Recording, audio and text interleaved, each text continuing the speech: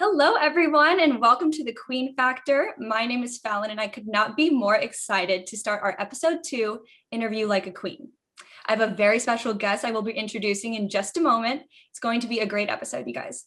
The Queen Factor podcast is all about teaching the skills one needs to feel like a queen or king in their own life. Whether you're preparing for a pageant or your next job interview, or just want some pointers on public speaking, this is a great episode for you. Some of the skills queens possess that truly contribute to exuding that queen energy is speaking like a queen. How do we effectively share our message and ideas? For those who aren't familiar, probably because it's not shown on the stage or a televised portion, but your interview is usually the biggest chunk of your overall score in a pageant. The judges want to know what makes you, you. What are your career goals, your aspirations, your greatest accomplishments? What do you do for fun?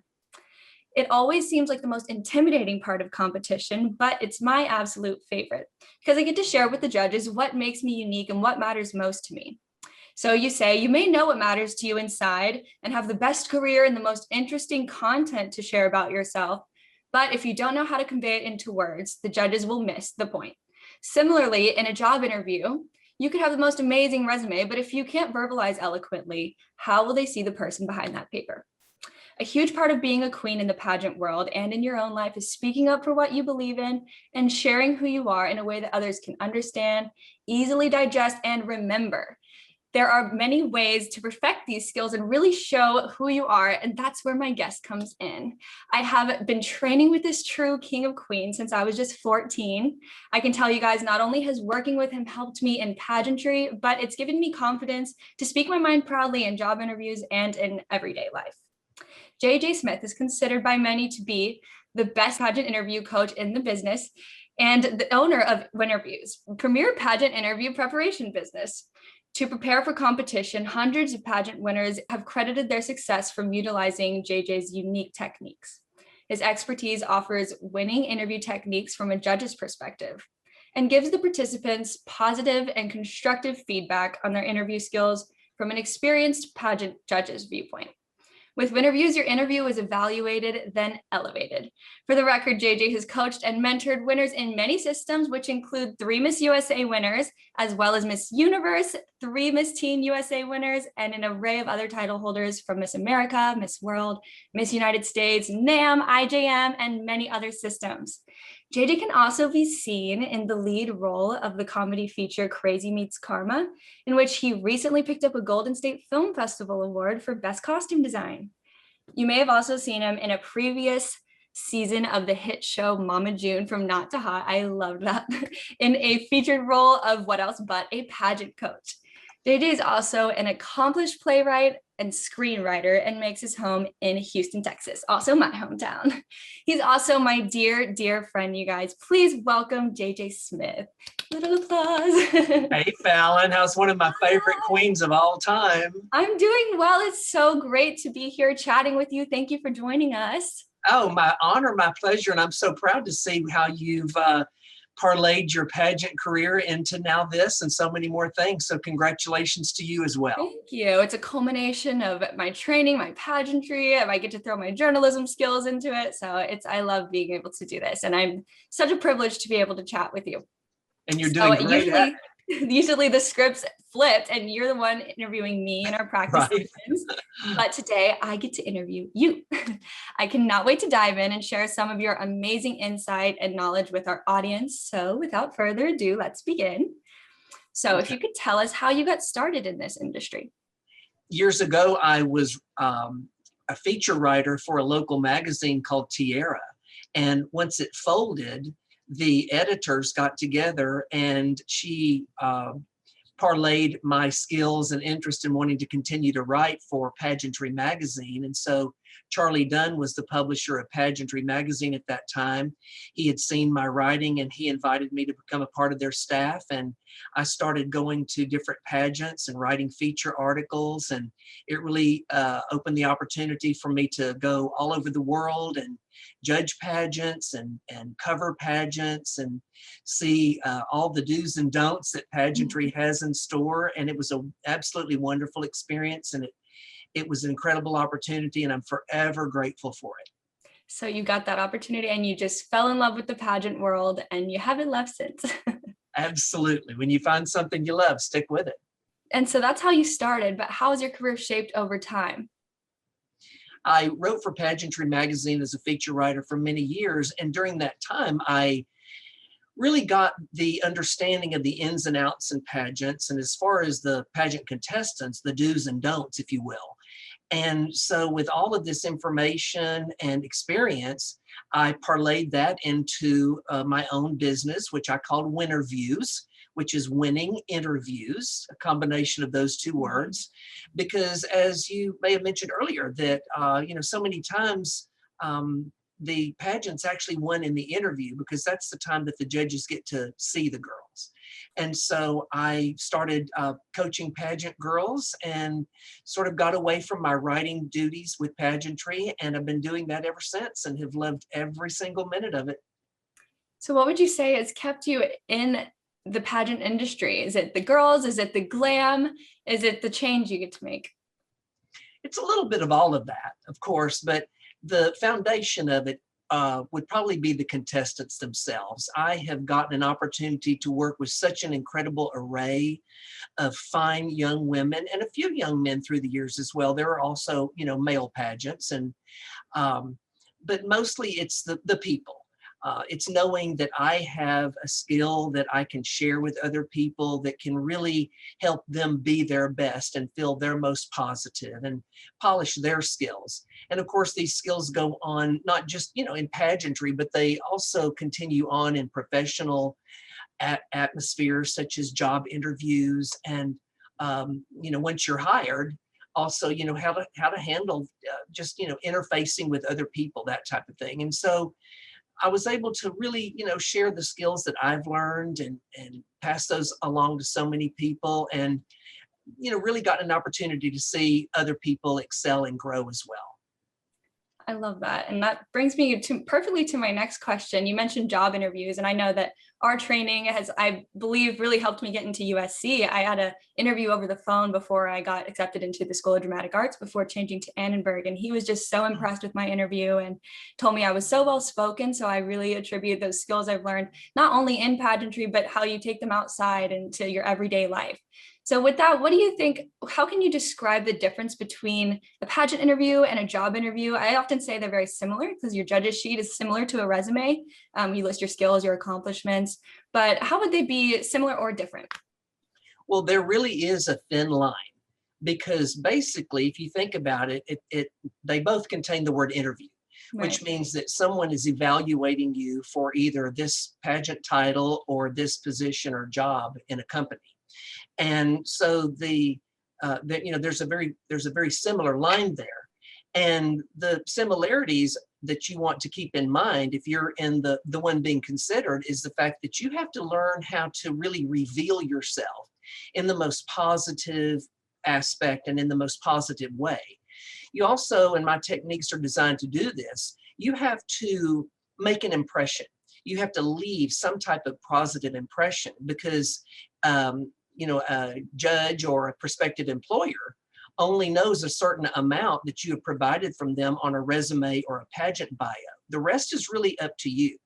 And Right. so the more that you can convey about yourself, your opinions, your experiences, your skills, sometimes it can even be your values and your things that really matter to you.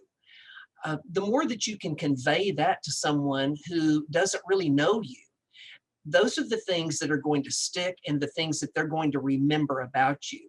And the bottom line is you have to make yourself memorable, or else you're just going to blend into the crowd. Right. And that usually goes within a certain amount of time. You don't have a long time to tell them these things and make an impression. So how do you make yourself concise in what you want to convey in that short amount of time so that they remember you?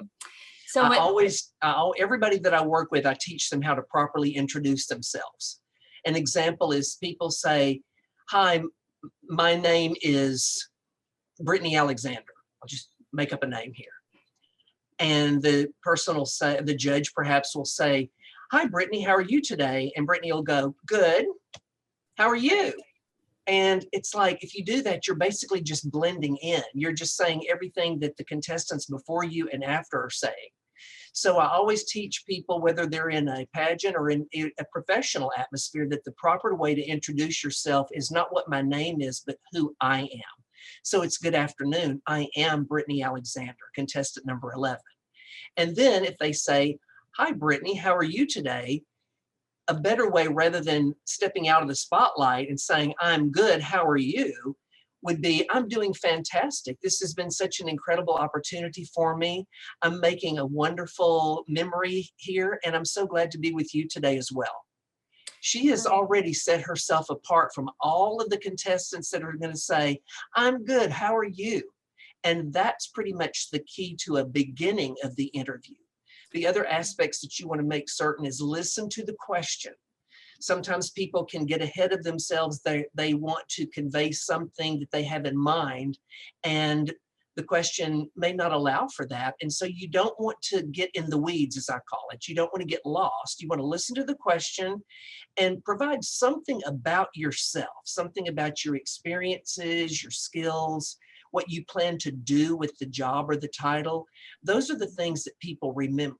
And once again, just as a reminder, you have to do something to make yourself memorable. Right. And when you answer, like you said, it's the habit to say, oh, I'm good. But that's what everyone's already asked them. So they're probably tired of hearing that by then. Right. I heard a judge one time say, when a contestant said that, and she said, I'm good, how are you? He muttered, we're good for the 17th time today. Exactly. It's like, okay, there's a lesson right there. And it reveals nothing about you. Like another thing I remember we were always talking about, just in a small question example, is if they ask your favorite book or your favorite TV show, and you talk about, oh, I love the Ellen show because Ellen's so great and Ellen gives all this away and she's such a nice person. But they didn't hear anything about you in that answer. Maybe you love Ellen, but Ellen's not interviewing for the title. It's you. So what did you reveal about yourself?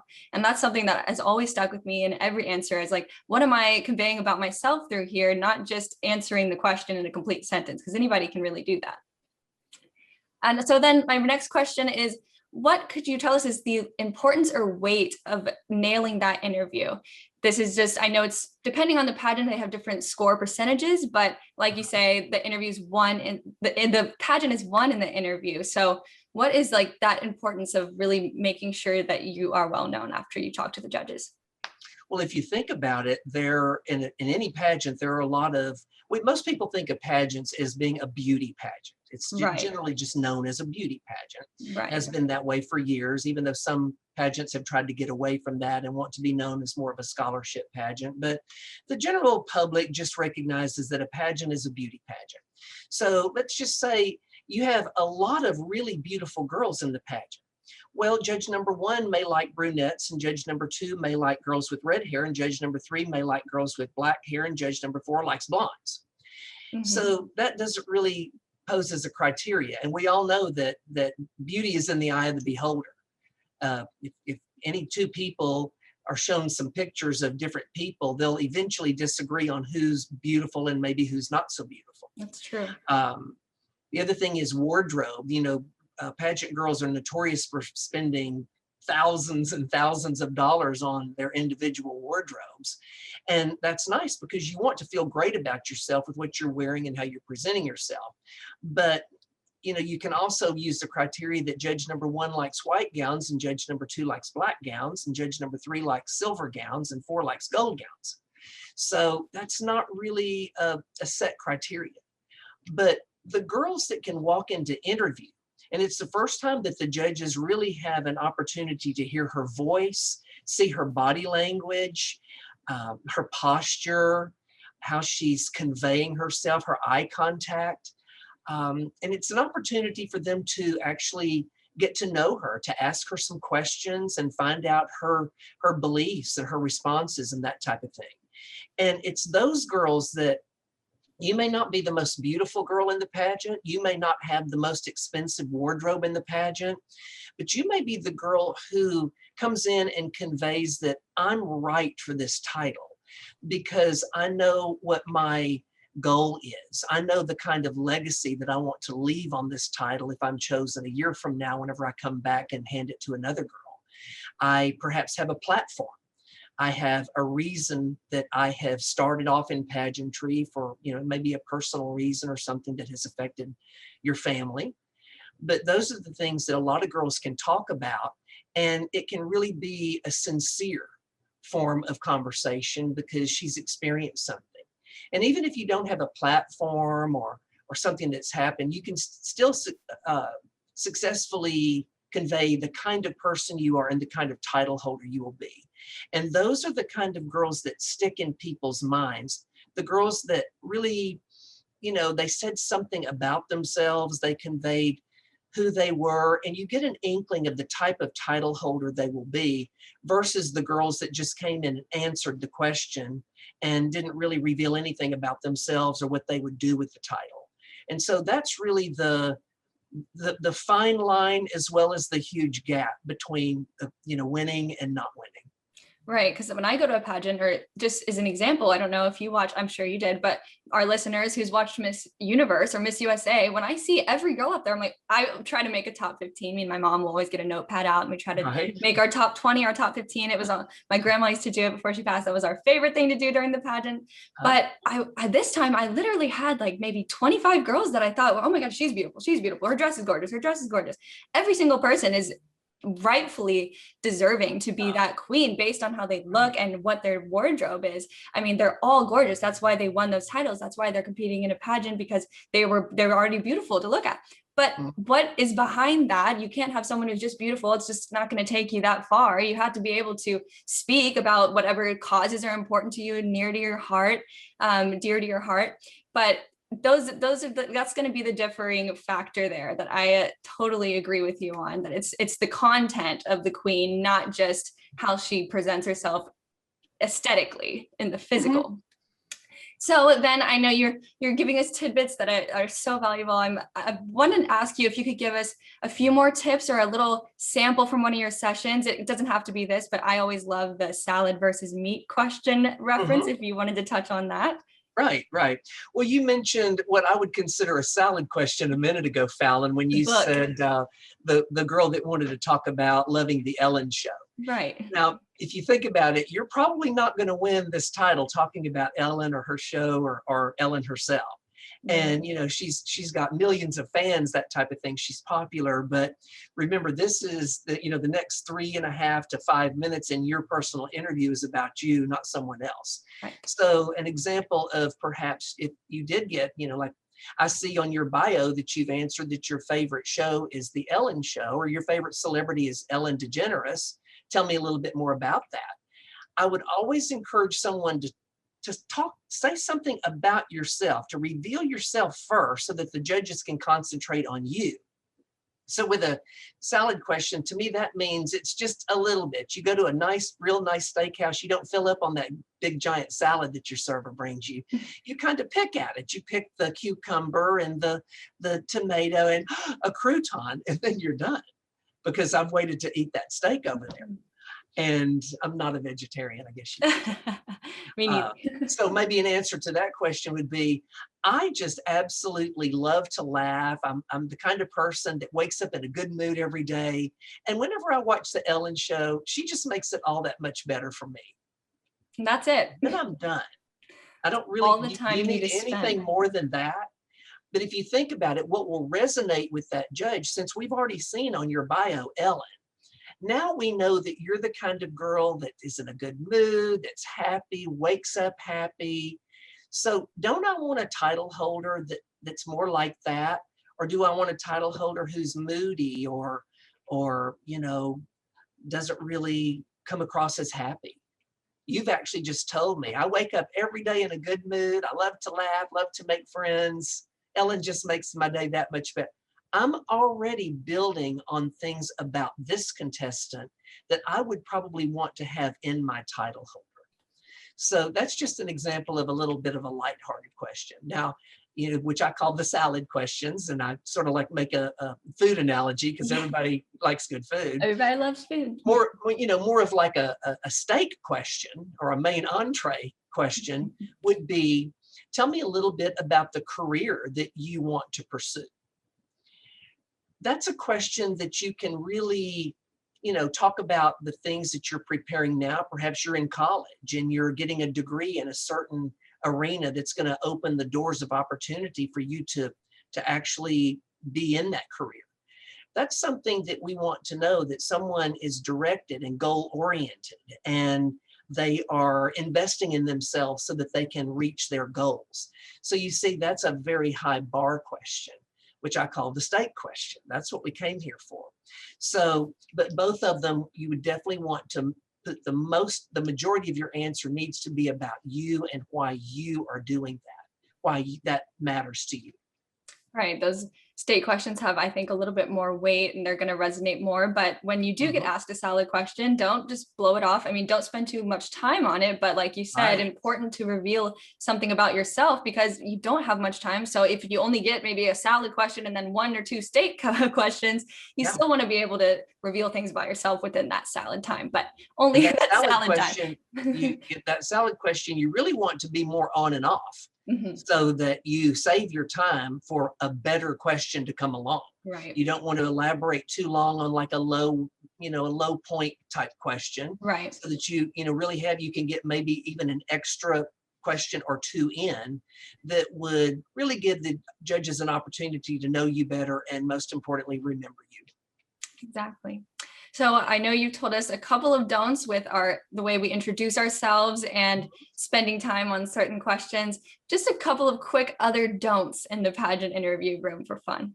Sure. I just personally, if you have a standing interview, which many times in a pageant, a girl will stand in front of a judge's table and several judges will be there. Don't put your hands behind your back. You would want to be able to gesture and to use your hands to communicate. Right. So you want to, stand in a nice professional way with your shoulders back and you want to be able to use your hands to communicate. I would definitely recommend that. If you're seated, don't cross your legs at the knee. Just, if you're comfortable, just put your feet on the floor or cross them very ladylike at the ankles, that type of thing. Don't adjust your clothes or fiddle with your hair or do anything. All those things should be done at the last minute when you're standing out in the hallway and before the chaperone has brought you into the actual interview. You should feel confident with what you're wearing, how you look, and leave all those adjustments behind. And perhaps a big don't would also be, I would say, don't come across as too ingratiating to the judge. Oh, thank you for that question. Oh, that's a really great question. I'm glad you asked me that super great question. It's like the judge could somehow feel, I would not have asked you that question if I didn't know it was a good question. Right. And you don't want to come across as, I'm trying to get you to like me, so I'm thanking you for your wonderful question. Just listen carefully to the question and then start off with something about yourself, how you relate to that question. The judges aren't here to be told how great a question they are, to like trying to get you to like me. They're listening to the content of your answer. So those are a few of the don'ts that I would probably point out. All of those are very important, just small things, but they make a huge difference with how you're presenting yourself and showing that true confidence in your stance and just in your posture. It's very important in the interview room because that physicality is going to help you be confident in projecting what you mean in your message. Absolutely. So our last great question of the day, because we got to wrap up soon, is in a pageant interview what skills can you bring into everyday life? How does being a pageant competitor and training on your interview and your public speaking help to make you a queen in the real world? A queen for life. Once most girls start off in pageants, they really are a little bit green. They don't know perhaps how to introduce themselves properly. They may be shy. They may have some confidence issues, which can arise from so many different things. And I believe that one of the ways that I have been successful in doing that is to build people up with what they are. We can all sit and pick ourselves apart that I'm not this, I'm not that, I don't have this, I wish I could be more that. We can all do that. But if you get away from that and you really start focusing on all of the things that you are, it could be just the things that you were naturally blessed with. It could be the things that you have worked for and accomplished on your own. It can be a lot of even simple things, that I stopped that habit and now I don't do that anymore. It can be little small victories, if you will. And I believe that if we all just can really start concentrating on the things that I am, rather than what I'm not, my shortcomings, my past failures, that type of thing, it really does change your mindset. You can become a glass half full person and leave that glass half empty behind. We know that old analogy. And so, utilizing that in real life, once you start doing that with yourself, you, of course, in your pageant preparation, you've gotten an opportunity to talk with a variety of people. You've been asked questions that you immediately knew the answer to, and you've been asked questions that I have no idea even what my opinion is. I may not have ever heard that. I need some time to evaluate that a little bit more. And, there's a right answer to an I don't know that question. I always just, if I get a question that I don't know, I usually say, I'm very interested in finding out more about that topic, but to be quite honest, I'm not really that familiar with it that I feel comfortable discussing completely what my opinions might be. So let me take some time to evaluate that a little further. And I do hope our paths cross again so that I can really offer some insight to you as far as how I feel about that. I haven't really answered the question, but I gave you a response. And you said that I'm willing to do the work, but maybe it's just going to take me time to learn about that topic. Exactly. But you're still invested in answering the question.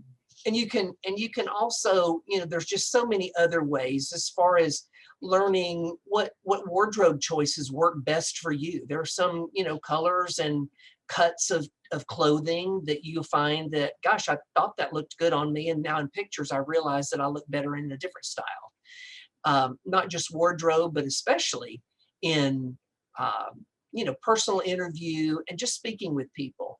Once you get practice and you sort of are able to better formulate how you feel about something, what your opinions and experiences have been, and you're able to convey that to other people. It's like riding a bike. You just get better at it to where it becomes just second nature. And that way, when you go into a room full of strangers, you're not wanting to be a wallflower or skulk down over in the corner. You're able to, as we say, hold your own with anybody, from the CEO of the company to a prospective employer to a coworker. So there's just so many aspects that pageantry contributes to in so many positive ways, and I'm just always been very thankful to have been a part of it. Yeah, I absolutely love what you said about glass half full. I really try to practice every day. And it's not something that happens overnight. It's a practice, and it's something, you have to work towards. But just learning how to be positive, how to see the positive attributes of yourself, and then how to carry yourself, how to walk into a room and be able to speak what you mean. Those are skills that you can take into your everyday life that will stick with you and benefit you in every situation forever. So I'm just so thankful that I've gotten to work with you, and it's so beautiful, the lives that you get to change and how important you are to so many people, just seeing, their successes and their growth. I know you are just such a dear, dear friend to me. So I'm just so blessed to get to talk to you and get to work with you. And I would love to ask you how our contestants or listeners can find you if they want to work with you as well. They can call me, they can email me, they can Facebook Messenger me. I also have a website, www.winnerviews.net.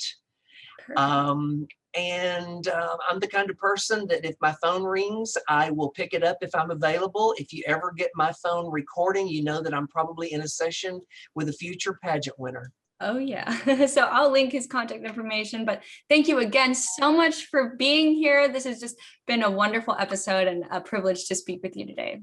Fallon, it's been my absolute honor, and I just really want to let you know that I'm so incredibly proud of you. We've known each other for a long time. I've seen you grow and climb the ladder of success, and I just wish you continued success forever and ever. And, just keep that positive, wonderful personality of yours, and just always be wonderful you.